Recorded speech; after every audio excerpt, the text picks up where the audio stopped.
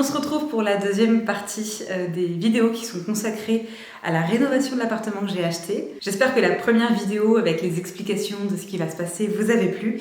Ici, on rentre dans le concret, on va commencer les travaux. Du coup, dans cette vidéo, on va traiter de 3 grandes parties pour l'appartement. Donc en premier, on va faire le ragréage et la pose du nouveau sol dans tout l'appartement.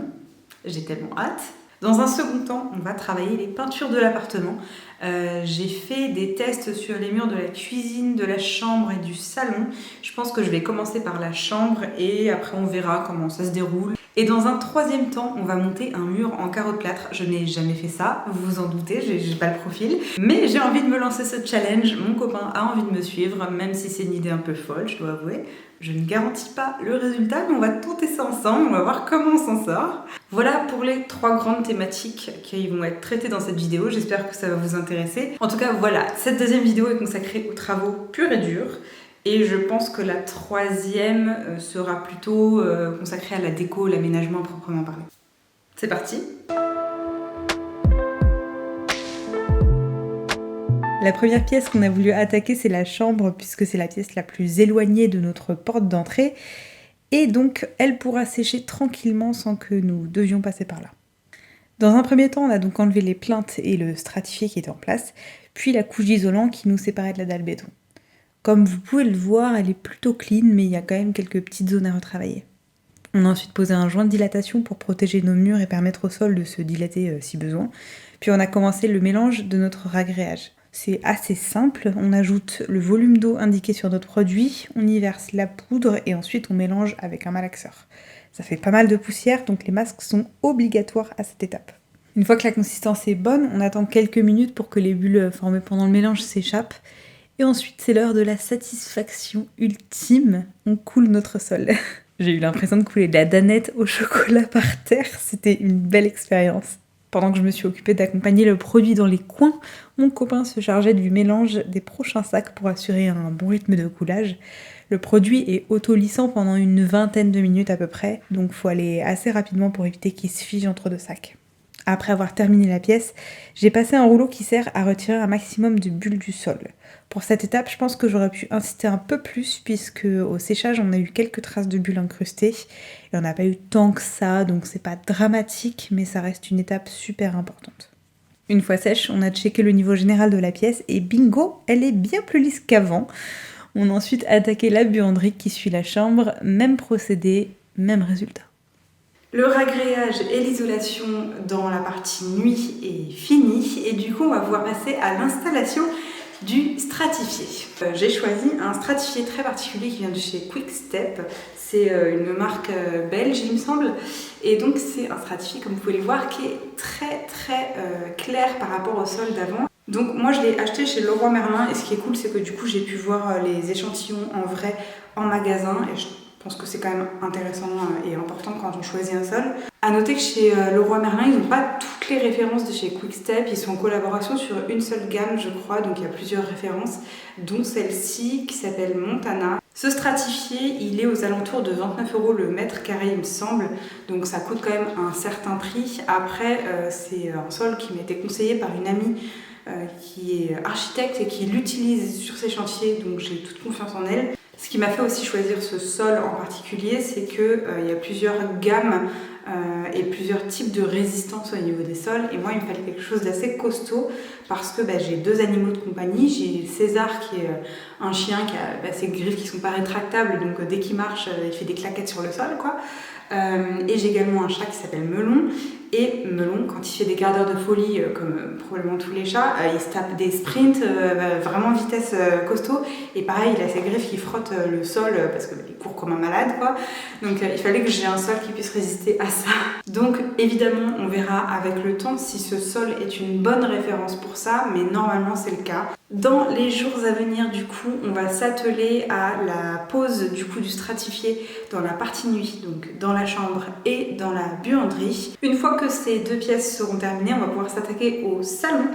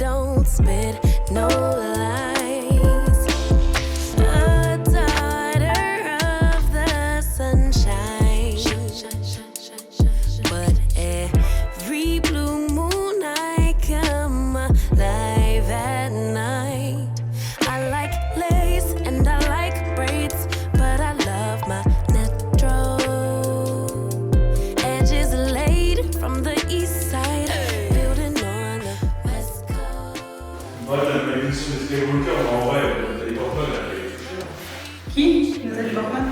Oui, mais c'est pas une Skywalker. Ah si, ils se sont mariés. C'est vrai. Je vais faire appel à votre imagination, mais imaginez que là, ça, c'est un mur blanc et plus bas. En gros, et que ça n'existe pas, hein, évidemment, et que ça non plus. En gros, donc on va avoir le frigo ici, comme ça, les plans de travail ici, ici, et à ce niveau-là, on aura la table à manger, dans ce sens-là, avec un banc ici et des chaises ici. Voilà à quoi ressemble la cuisine, et j'espère que c'est assez facile de se projeter. Moi je le vois, mais j'imagine que vous c'est un peu plus délicat.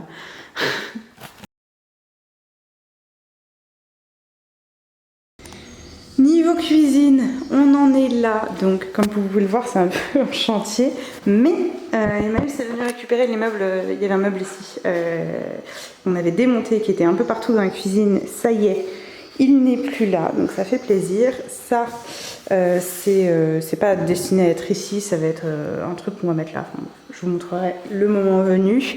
Et aujourd'hui, on va s'attaquer au petit muret qu'on va créer ici, avec ces carreaux de plâtre. Donc c'est une première, comme tout ce qu'on fait ici, pour nous, mais je crois que c'est pas si compliqué que ça, donc on va se lancer. La hotte également, elle est partie chez Emmaüs, on l'avait démontée non sans mal, et voilà, ça fera un heureux, donc tant mieux.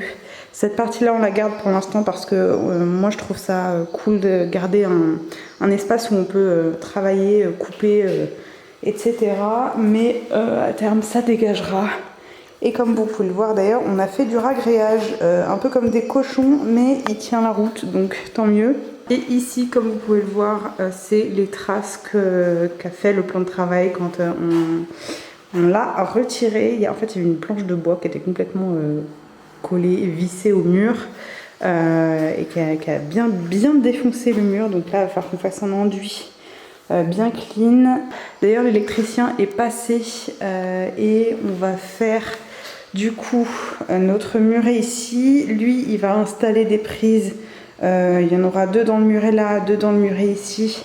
Une à ce niveau pour le frigo, une ici pour le lave-vaisselle. Et là, il va en déplacer une ou deux. Ici, il va en dévier. Je pense qu'on va faire sauter celle-ci pour réutiliser les arrivées et les faire passer de l'autre côté pour installer le lave-vaisselle et la machine, le lave-linge et le sèche-linge. En gros, ici, là où il n'y a pas encore de prise ni d'arrivée d'eau. Donc là, il va falloir installer deux prises reliées au compteur et faire une entrée et sortie d'eau reliée aux toilettes par un plombier. Donc ça, on ne se le fait pas nous-mêmes parce que je veux qu'on soit assuré là-dessus et je veux que ce soit propre. Donc voilà, on fait appel à quelqu'un. Enfin, à deux personnes du coup. Mais voilà où on en est par rapport à la cuisine. Donc aujourd'hui, c'est installation du muret. Voilà.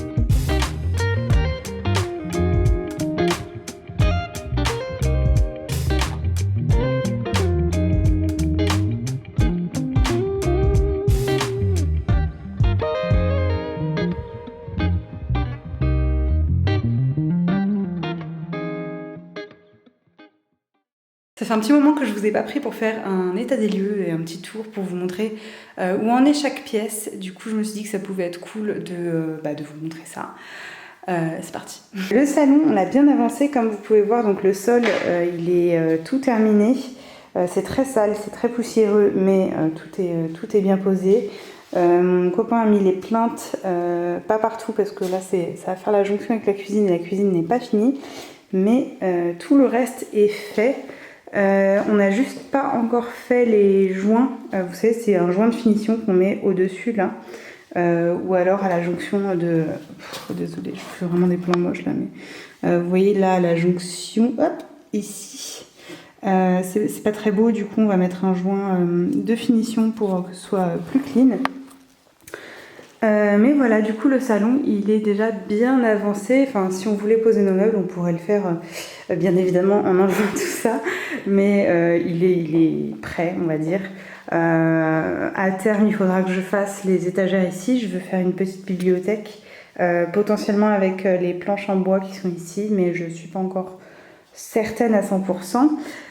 Comme vous pouvez le voir, on a aussi posé les stores sur les fenêtres. La lumière, elle est hyper bien filtrée. On voit, quand on est de l'extérieur, on voit pas chez nous, donc c'est tout ce que je voulais. Et puis nous, on garde quand même de la lumière, donc c'est absolument parfait. Si vous voulez les références de tout ce dont je vais vous parler maintenant, je peux les mettre en barre d'infos si je n'oublie pas. Si jamais j'oublie, n'hésitez pas à me le rappeler. Mais voilà, le salon, on en est à peu près là, donc...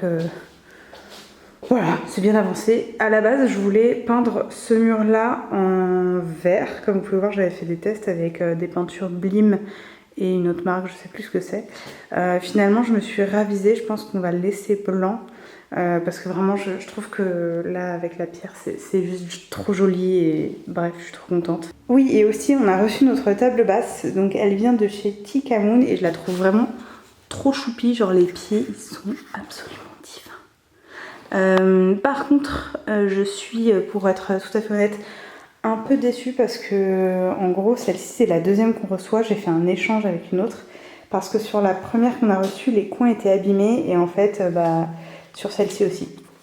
Donc, ouais, un peu déçue. Je pense que ce que je vais faire, c'est qu'on va, avec mon mec, on va la reprendre un petit peu, on va la peindre, enfin, on va enlever les morceaux qui sont abîmés et puis on va la retaper un peu. J'ai pas envie de refaire une troisième livraison, enfin là c'est bon, j'ai pas envie de m'emmener là-dedans, donc on va la garder et puis on va la retaper, c'est pas grave. Niveau cuisine, donc comme vous pouvez voir, le sol n'a pas trop avancé. Il restait un îlot ici avec l'ancien lavabo et ça a été enlevé parce qu'on a fait venir un électricien et un plombier pour s'attaquer à ce muret et mettre les branchements et les sorties d'eau là où il fallait pour accueillir la nouvelle cuisine. Cuisine qui est commandée, je suis tellement heureuse.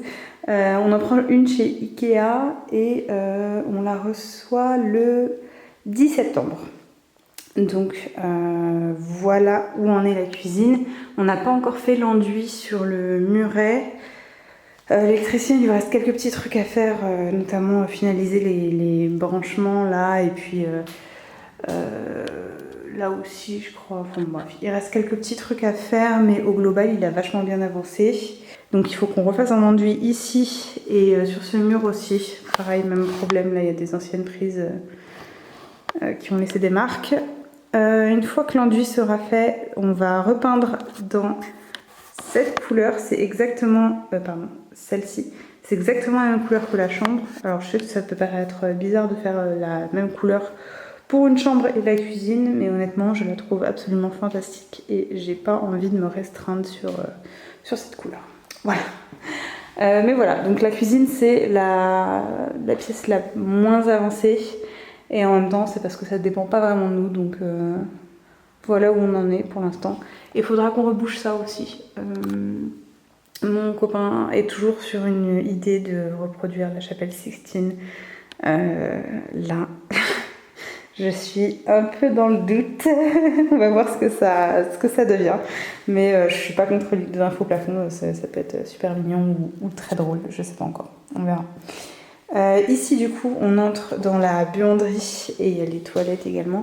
La porte elle est retirée parce que je suis en train de tenter de la peindre mais je crois que j'ai fait de la merde, il faut que je la ponce puis que je remette une base, enfin bon bref, j'ai pas fini mais vu que c'est pas la priorité on s'en fout. La buanderie il faut juste qu'on fasse les joints là sur les plinthes. Ici on installera les machines. Je pense qu'on va remettre peut-être une petite couche de blanc sur les murs parce qu'ils ont pas mal morflé. Genre là, vous voyez, c'est sale, mais j'ai l'impression que c'est pas hyper clean non plus. Donc on va remettre du blanc. Oui, et petite surprise. Alors c'est un peu dégueu, mais je vais vous le montrer quand même. Dans tout l'appart, on a des... Merde, j'ai oublié le nom. C'est des petits espèces de papillons, des insectes qui apparemment profitent des canalisations sèches, donc là, pour éclore. Et après, ça ressort par les canalisations, sauf que... Ah voilà, il y en a un là. Alors, je ne connais plus le nom, mais c'est le nom d'un Pokémon. Voilà. Enfin, kind of Pokémon. On en a dans tout l'appart, par terre, partout vous voyez des petits points, c'est des petits papillons morts là. C'est pas. Ça veut pas dire que l'appartement est pas sain ou quoi, c'est juste vu que les canalisations sont toutes ouvertes sans exception, bah ça prolifère un peu. Bon, je passerai l'aspirateur parce qu'ils sont tous morts en fait, hein. Il y en a très peu des vivants. On a réduit un maximum la courbure du sol, mais vraiment c'était encore un peu fort. Du coup, il a fallu planter des vis ici pour que la plante tienne. Et, enfin, bref. Pareil de l'autre côté, et pareil dans la chambre, il y a quelques plantes qui sont pas hyper bien calées, mais bon, on va camoufler ça avec le joint, ça ira très bien. Ici, alors c'est pas encore sûr, mais je me demande si je vais pas faire de la peinture colorée tout là, dans l'arche. Une couleur un peu vive, je pense que ça pourrait être tellement beau. Et c'est un truc qui a un peu évolué depuis mes plans 3D que je vous avais montré. Sur mes plans 3D, en fait, j'avais fait un appartement qui était quand même au global très neutre. C'est toujours ma volonté, je veux que l'appartement au global ait des couleurs assez neutres, que ce soit vraiment très cocooning, chill et tout ça. Mais je pense que si je fais ça, je vais peut-être me lasser un peu de ma déco et j'ai pas envie que ce soit complètement lisse. Du coup, je me dis que je vais ajouter des couleurs par-ci, par-là, en détail pour mettre en lumière certaines spécificités de l'appartement. Voilà, et je pense notamment à du jaune soleil. J'ai trouvé un bleu-violet absolument magnifique, ça va laisser sûr dans les toilettes. Pourquoi pas un orange, mais voilà, je suis pas encore sûre, mais il va y avoir un peu plus de couleurs que ce que je vous ai montré dans mes plans. Voilà pour le petit teasing. Là, on est dans la chambre, comme vous pouvez le voir, on a monté des meubles. Et d'ailleurs, vous voyez bien la couleur du mur qui va aussi être celle de la cuisine. C'est un beau grège, enfin, je la trouve vraiment très belle cette couleur, elle est magnifique. Ça c'est nos penderies, donc il y en aura une de chaque côté du lit. Ça n'a pas changé par rapport à mon plan initial. Ça va être vraiment poussé là-bas et celle-ci elle va être vraiment calée contre le mur aussi, donc on aura beaucoup plus de place. Et en fait entre les deux il y aura le lit. Voilà. Et au-dessus c'est toujours prévu qu'on mette des rangements, mais j'ai juste pas trouvé les bons meubles à placer. Donc voilà, c'est encore en cours. Mais la chambre elle est déjà pas mal avancée aussi. Pareil, il faut qu'on mette le joint sur les plaintes, mais rien de plus. Bon, la salle de bain, comme vous pouvez le voir, c'est aussi un peu le débarras de l'appartement. Vu qu'on n'y touche pas, qu'on ne refait pas le sol, elle est un peu encombrée de bordel. Mais ici, la seule chose que je voulais faire, je crois que je vous l'avais déjà précisé, c'est juste trouver un moyen de remplacer la structure qui est ici pour avoir un truc soit avec des tiroirs, soit avec des placards à porte, pour pouvoir ranger un peu nos affaires, parce que là il n'y a aucun rangement, donc ça va pas du tout. Du coup voilà où on en est. J'espère que vous y voyez un peu plus clair et que si vous êtes vous aussi dans les travaux, ça pourra vous donner un peu le moral de voir que c'est pas parfait partout, ni chez vous ni chez les autres. En tout cas moi c'est ce que ça me provoque comme émotion quand je regarde d'autres vidéos de gens qui font des travaux. Donc voilà, j'espère pouvoir vous aider dans cette optique-là aussi. Je suis de retour dans notre appartement en location pour vous faire cette petite outro. J'espère que la vidéo vous aura plu, que vous avez appris des choses ou qu'on aura rigolé un peu ensemble. La prochaine fois, donc teaser de la prochaine vidéo, ce sera l'installation de la cuisine et il y aura plein d'autres petites choses, des finitions par-ci par-là, de la couleur probablement. J'ai très hâte d'y être, j'espère que vous aussi. Je vous dis à très vite pour la prochaine vidéo. Bye!